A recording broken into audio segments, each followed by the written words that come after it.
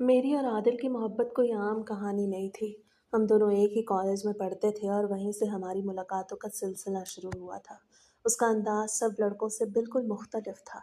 वो बहुत ज़्यादा जज्बाती था और उसका यही जज्बातीपन मुझे सबसे ज़्यादा पसंद आता था। वो मेरी हर छोटी से छोटी बात पे इस तरह रद्द-ए-अमल देता था जैसे मेरी खुशी और मेरा गम ही उसकी कुल कायनात हो। जब वो मुझसे मोहब्बत का इज़हार करता था तो उसकी आँखों में एक अजीब सा जुनून नज़र आता था। वो कहता था कि सुमेरा, अगर तुम मुझे ना मिली तो मैं अपनी ज़िंदगी ख़त्म कर लूँगा। मैं दुनिया की हर हद पार कर जाऊँगा लेकिन तुम्हें पा कर रहूँगा। उस वक़्त मैं बहुत मासूम थी और मुझे मर्द के इस जज़्बाती रवैये में सिर्फ़ सच्ची मोहब्बत नज़र आती थी। मुझे लगता था कि जो इंसान मेरे लिए इस हद तक जा सकता है वो मुझे ज़िंदगी में कभी कोई दुःख नहीं देगा। लेकिन मेरे घरवाले, ख़ास तौर पर मेरे वालिद और मेरी बड़ी बहन इस बात से बिल्कुल मुत्तफ़िक़ नहीं थे।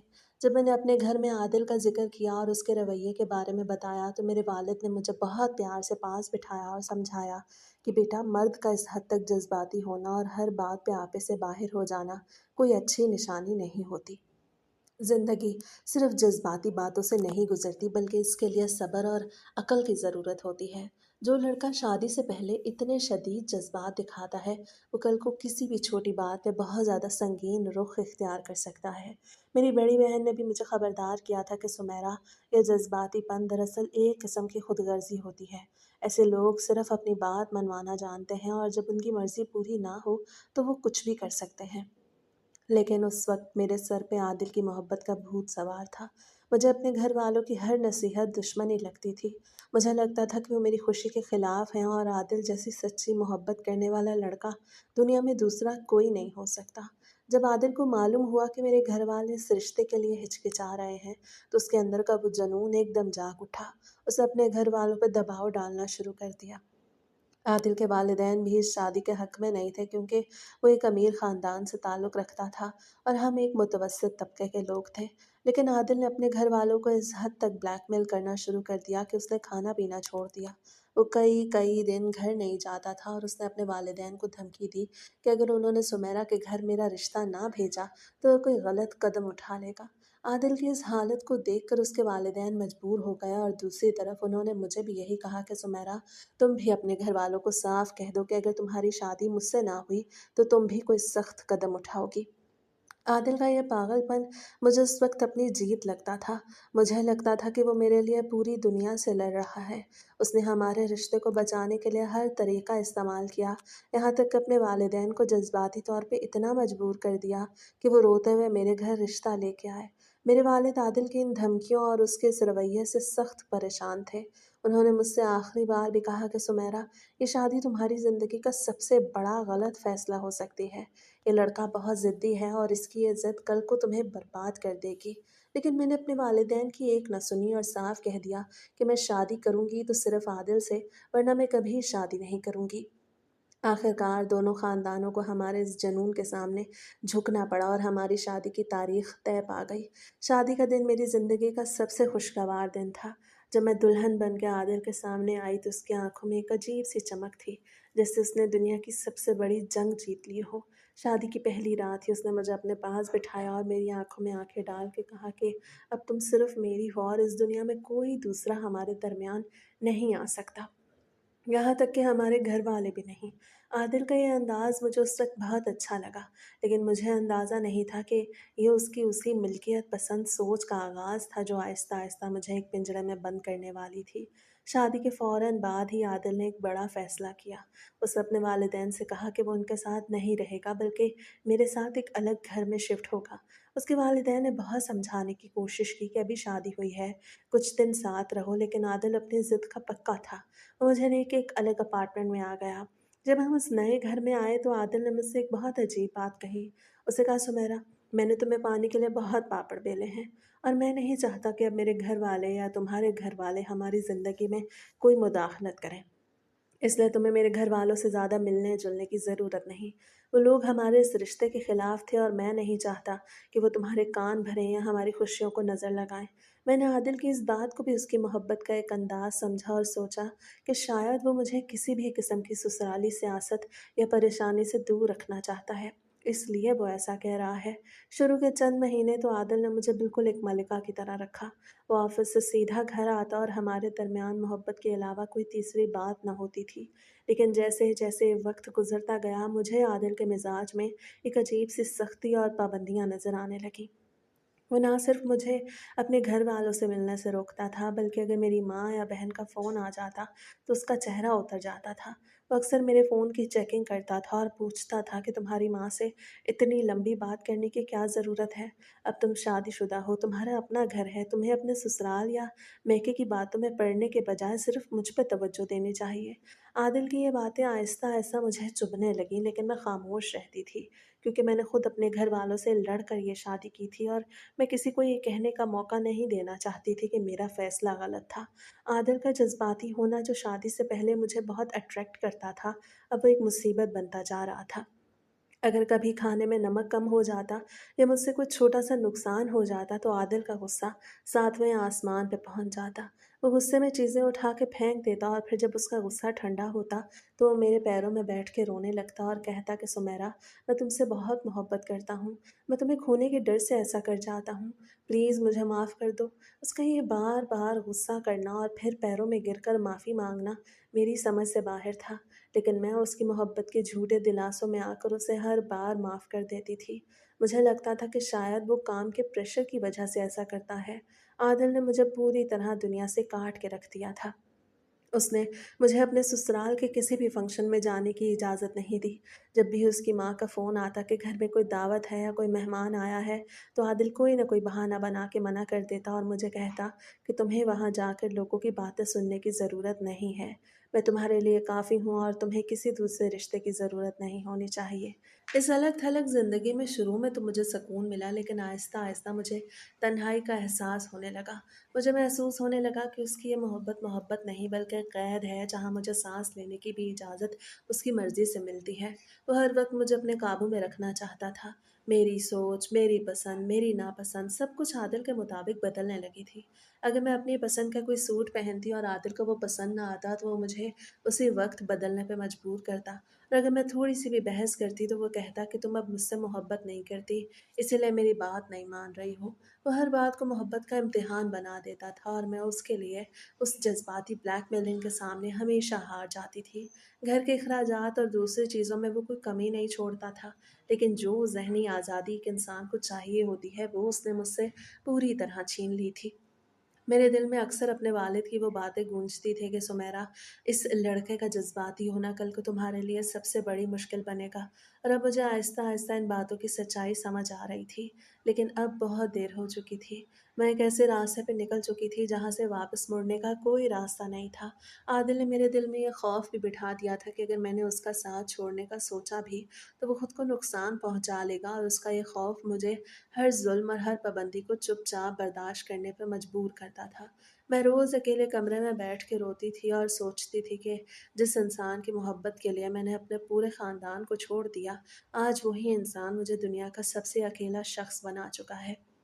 आदिल का रवैया दिन-ब-दिन मज़ीद सख्त होता जा रहा था और उसकी मोहब्बत का वो मास्क अब उतर रहा था, जिसके पीछे छुपी खुदगर्ज़ी अब साफ नज़र आने लगी थी। वो मुझे अपने ससुराल वालों से तो दूर रखता ही था, लेकिन जब मेरे अपने घर वाले मुझसे मिलने की ख़्वाहिश ज़ाहिर करते थे, तो वो साफ इनकार कर देता था। एक दिन मेरी माँ ने मुझे फ़ोन किया और कहा कि सुमेरा, बहुत दिन हो गए हैं तुमसे मिले हुए, मैं और तुम्हारे अब्बू तुम्हारे घर आना चाहते हैं। मैंने जब ये बात आदिल को बताई तो उसका मूड एकदम ख़राब हो गया। उसे कहा कि उन्हें यहाँ आने की क्या ज़रूरत है, तुम खुद चली जाना। लेकिन जब मैंने कहा कि आदिल, वो मेरे वालिदैन हैं, वो अपनी बेटी के घर आना चाहते हैं, तो उसने गुस्से में टेबल पे हाथ मारा और कहा, मैंने तुम्हें एक बार कह दिया ना कि मुझे अपने घर में किसी की मुदाखलत पसंद नहीं, चाहे वो तुम्हारे वालिदैन ही क्यों ना हों। अगर वो यहाँ आए तो मैं घर से चला जाऊँगा। आदिल की इस धमकी ने मुझे ख़ामोश कर दिया और मैंने रोते हुए अपनी माँ को फ़ोन करके मना कर दिया कि अम्मी, अभी आदिल का काम बहुत मसरूफ़ है, आप लोग फिर कभी आ जाना। उस दिन मुझे पहली बार आदिल की मोहब्बत से नफ़रत महसूस हुई। मुझे लगा कि मैंने एक ऐसे इंसान के लिए अपने वालिदैन का दिल दुखाया जो आज उनकी इज़्ज़त करने के लिए भी तैयार नहीं है। आदिल का ये रवैया सिर्फ़ यहीं तक महदूद नहीं था, बल्कि वो आहिस्ता-आहिस्ता मेरी हर छोटी ज़रूरत और मेरी हर ख़्वाहिश पे अपनी मर्ज़ी मुसल्लत करने लगा था। वो चाहता था कि मैं 24 घंटे सिर्फ़ उसके बारे में सोचूँ, उसके कपड़े, उसका खाना, उसका आराम ही मेरी ज़िंदगी का वाहिद मकसद होना चाहिए। अगर मैं कभी थकन की वजह से जल्दी सो जाती तो वो मुझे जगा देता और कहता, "तुमने मुझसे बात किए बगैर कैसे सो सकती हो? क्या अब मैं तुम्हारे लिए अहम नहीं रहा?" उसका ये अजीबो-गरीब और बीमार ज़हनी रवैया मुझे अंदर से खोखला कर रहा था। मुझे लगता था कि मैं कोई इंसान नहीं बल्कि एक कठपुतली हूँ जिसकी डोरियाँ आदिल के हाथ में हैं और वो जैसे चाहता है मुझे नचाता है।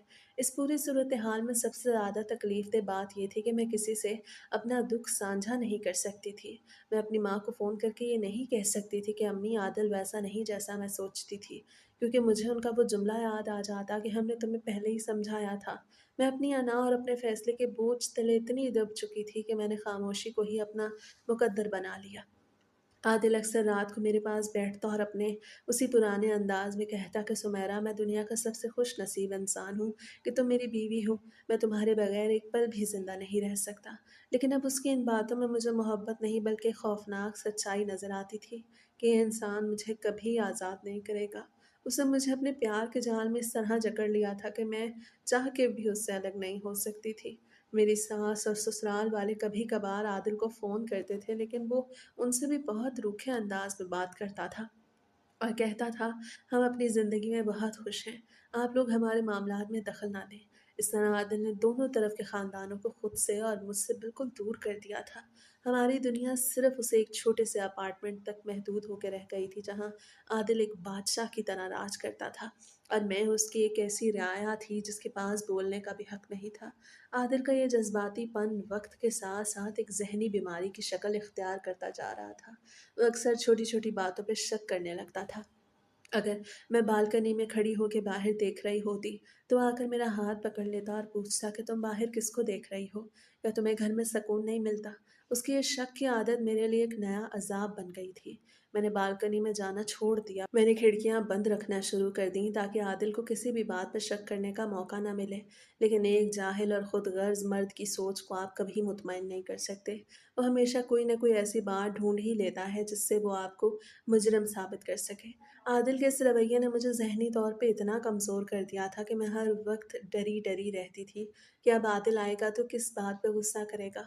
उसने ऑफ़िस से आते ही सबसे पहले मेरा चेहरा देखना होता था कि मैं खुश हूँ या उदास। अगर मैं थोड़ी-सी भी उदास नज़र आती तो वो मुझ पे सवालात की बौछार कर देता कि तुम क्यों उदास हो?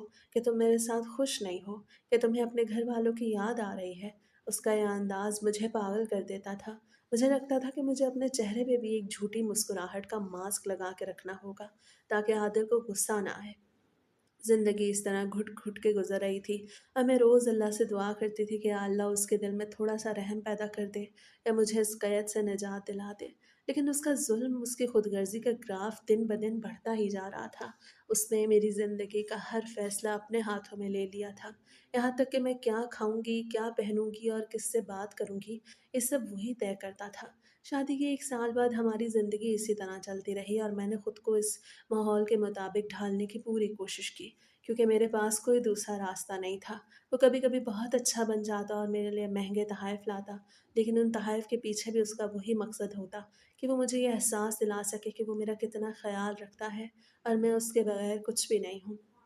वो अक्सर कहता था कि सुमैरा देखो, मैं तुम्हारी हर ज़रूरत पूरी करता हूँ, तुम्हें किसी चीज़ की कमी नहीं होने देता, इसीलिए तुम्हें भी सिर्फ़ मेरा वफ़ादार रहना होगा। वफ़ादारी का ये मतलब जो उसने निकाला था वो दरअसल मुकम्मल ग़ुलामी था और मैं उस ग़ुलामी की ज़ंजीरों में बुरी तरह जकड़ी हुई थी। फिर एक दिन मुझे मालूम हुआ कि मैं माँ बनने वाली हूँ। ये खबर मेरे लिए एक नई उम्मीद की किरण बन के आई। मुझे लगा शायद बच्चे की आमद के बाद उसका रवैया बदल जाएगा, उसके अंदर का वो गुस्सा और जुनून कम हो जाएगा और वो एक ज़िम्मेदार बाप बन जाएगा। जब मैंने उसको ये बात बताई तो वो खुशी से उछल पड़ा। उसने मुझे गोद में उठा लिया और रोने लगा कि तुमने मुझे दुनिया की सबसे बड़ी खुशी दी है। अब हमारा अपना बच्चा होगा जो हमारी मोहब्बत की निशानी होगा। आदिल की इस खुशी को देख के मेरे दिल में एक बार फिर उसके लिए मोहब्बत जागी और मुझे लगा शायद अब मेरी ज़िंदगी के अच्छे दिन शुरू होने वाले हैं। आदिल ने इस दौरान मेरा बहुत ख़्याल रखना शुरू कर दिया।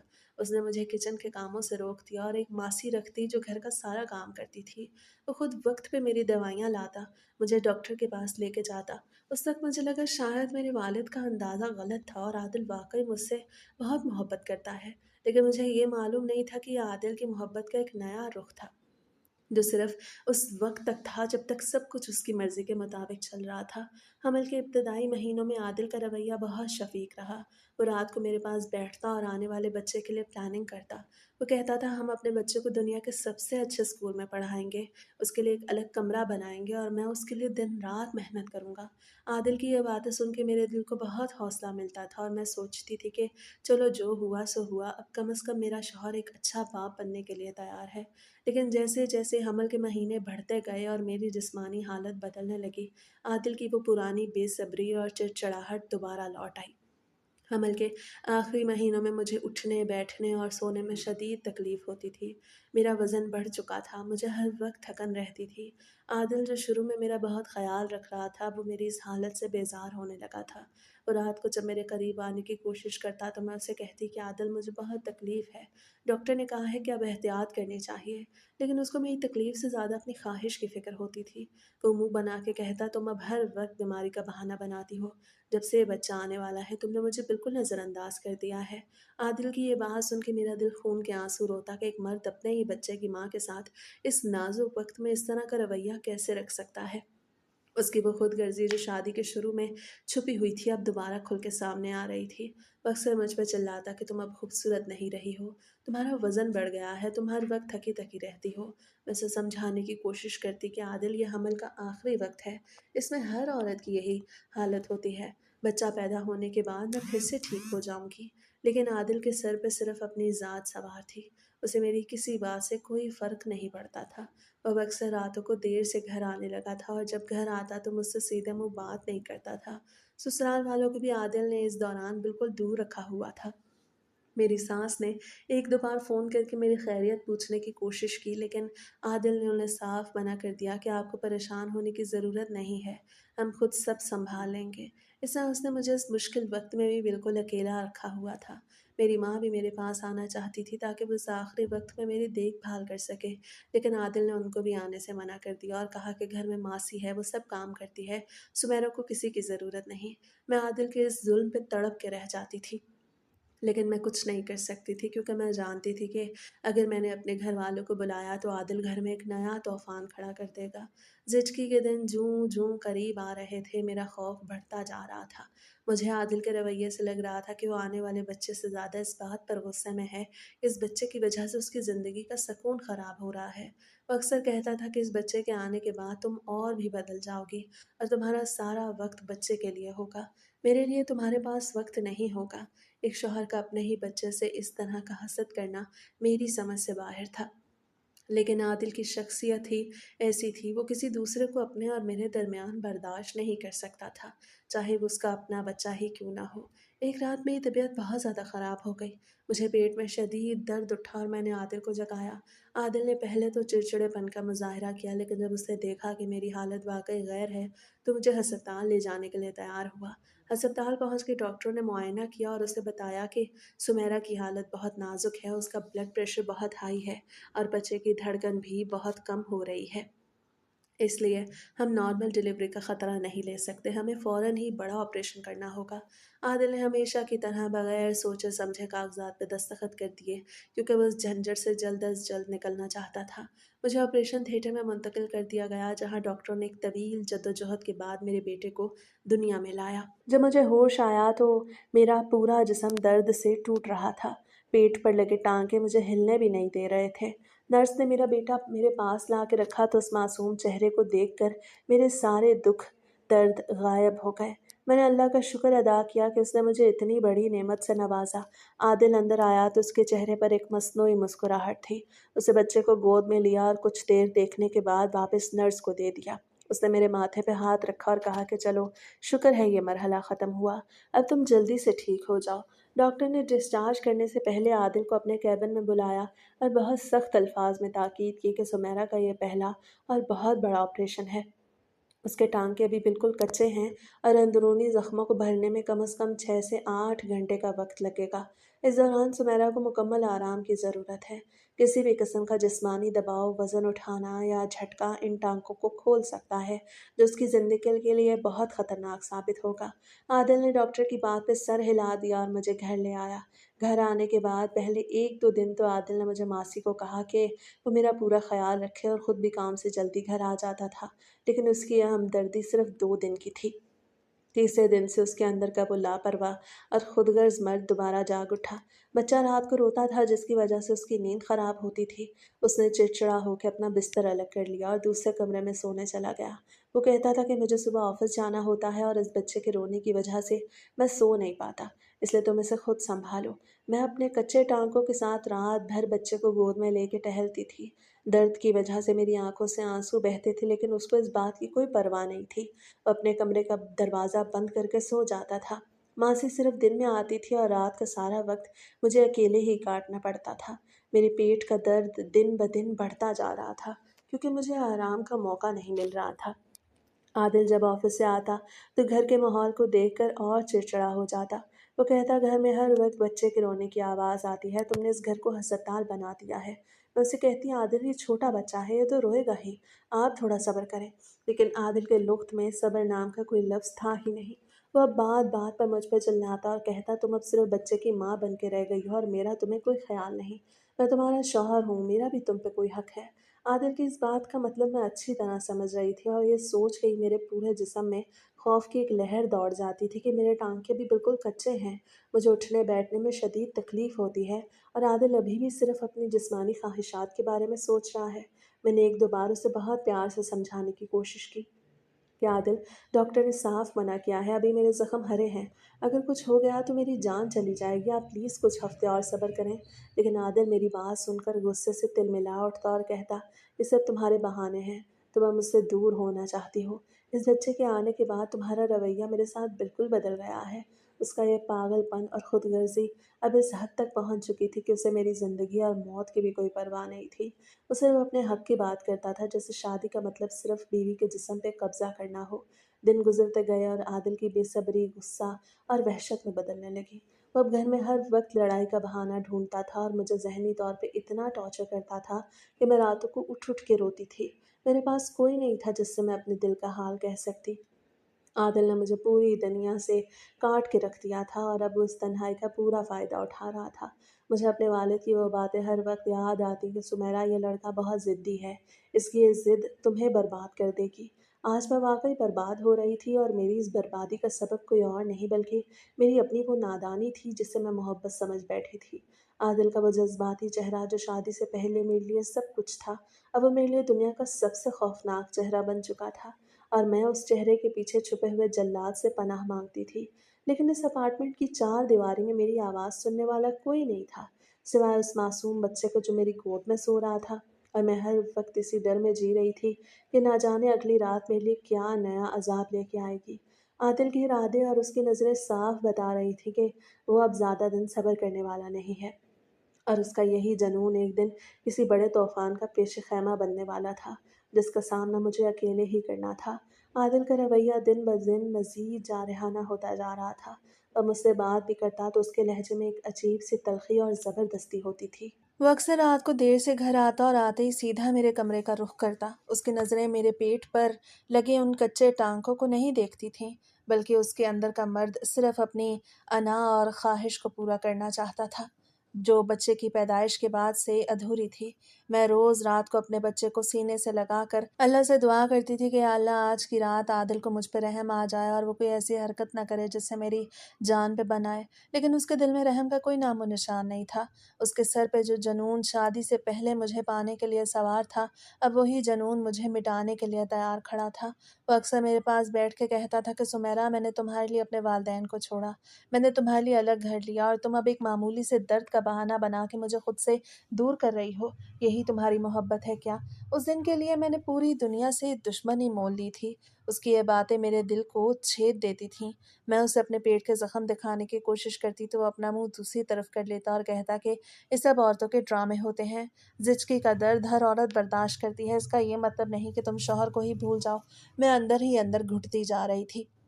اور اپنی اس نادانی پہ پچھتاتی تھی کہ میں نے کیوں اپنے والدین کی بات نہیں مانی، کیوں میں نے عادل کے اس جذباتی پن کو سچی محبت سمجھ لیا۔ عادل نے گھر کے ماحول کو اتنا تناؤ زدہ کر دیا تھا کہ ماسی بھی اب گھر میں کام کرتے ہوئے ڈرتی تھی۔ وہ اکثر مجھ سے کہتی تھی کہ باجی صاحب کا غصہ بہت تیز ہے، آپ اپنا خیال رکھا کریں۔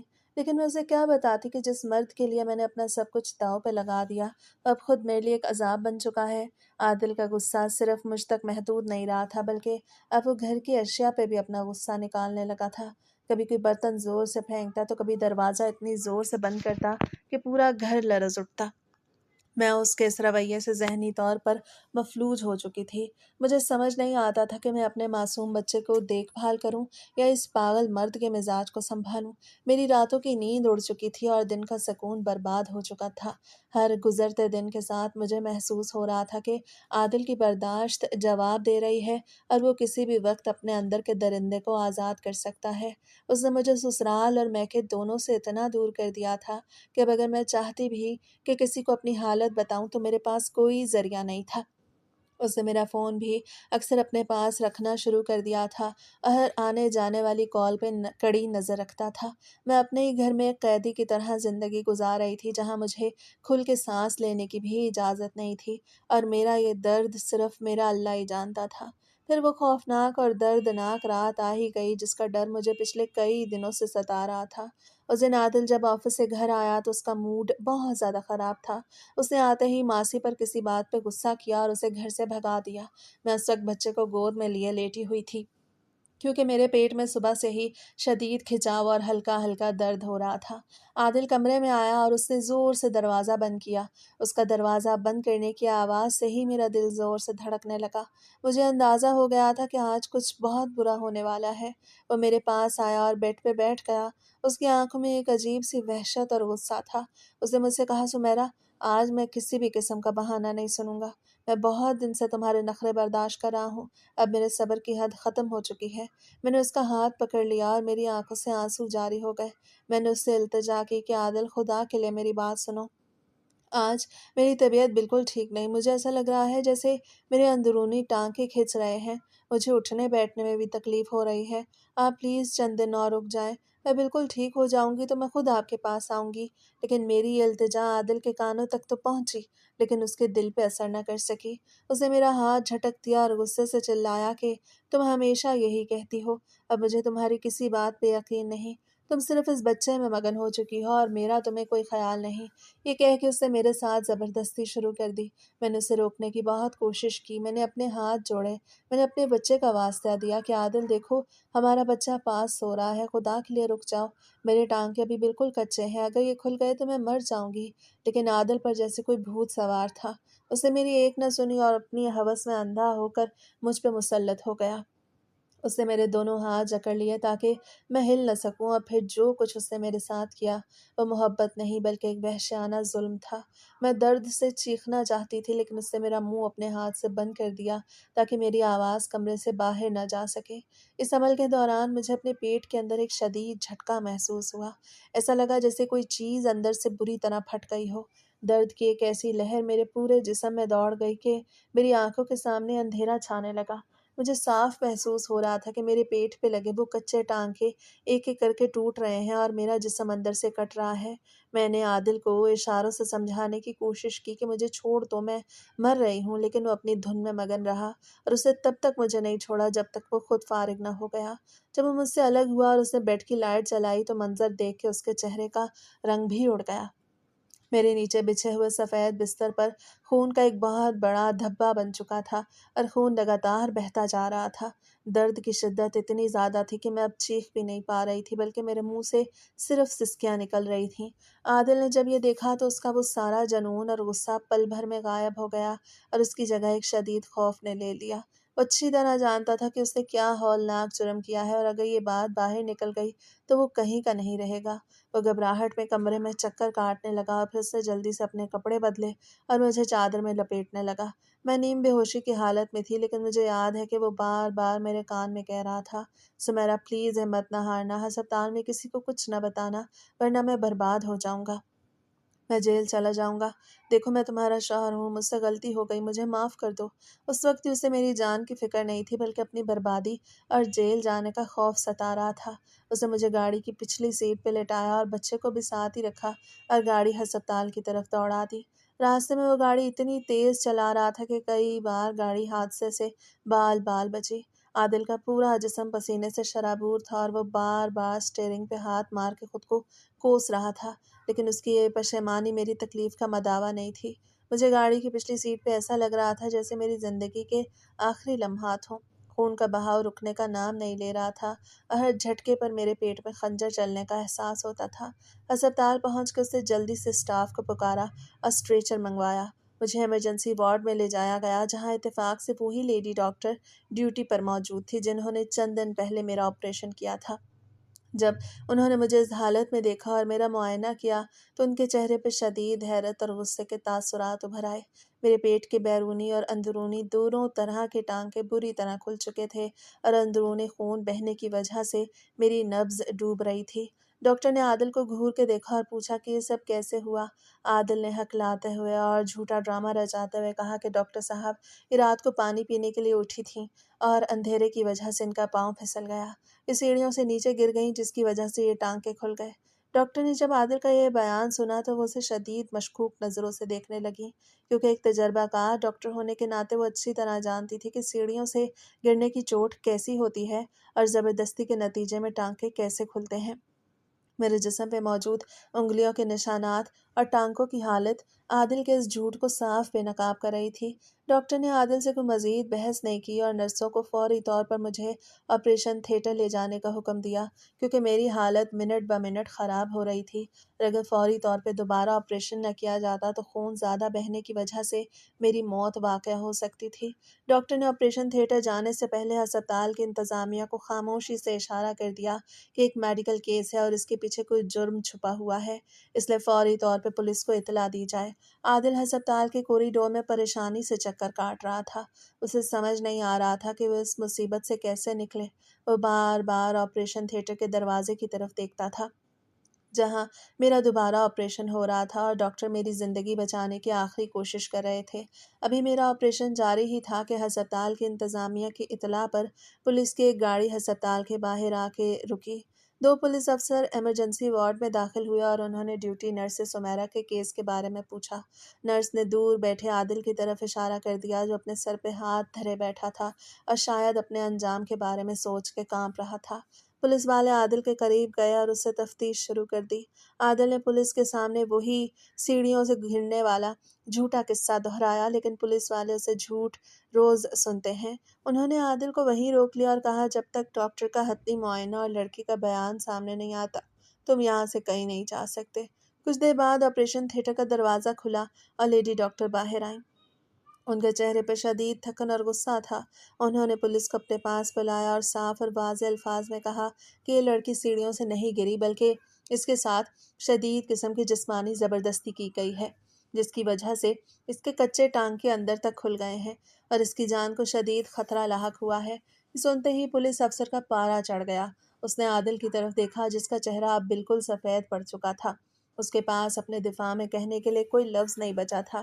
پولیس افسر نے عادل کے ہاتھ پیچھے کیا اور ہتھکڑی لگا دی۔ عادل نے پولیس والوں کے سامنے ان کی منتیں شروع کر دیں کہ مجھے معاف کر دیں، یہ میری بیوی ہے، ہمارا چھوٹا بچہ ہے، لیکن قانون کے سامنے کسی ظالم کی کوئی حیثیت نہیں ہوتی۔ پولیس عادل کو گھسیٹتے ہوئے ہسپتال سے باہر لے گئی اور گاڑی میں ڈال کے تھانے روانہ ہو گئی۔ اس دوران ہسپتال کے عملے نے میرے گھر والوں کو بھی اطلاع دے دی۔ میری ماں اور والد جیسے ہی ہسپتال پہنچے ان کی حالت دیکھنے والی تھی۔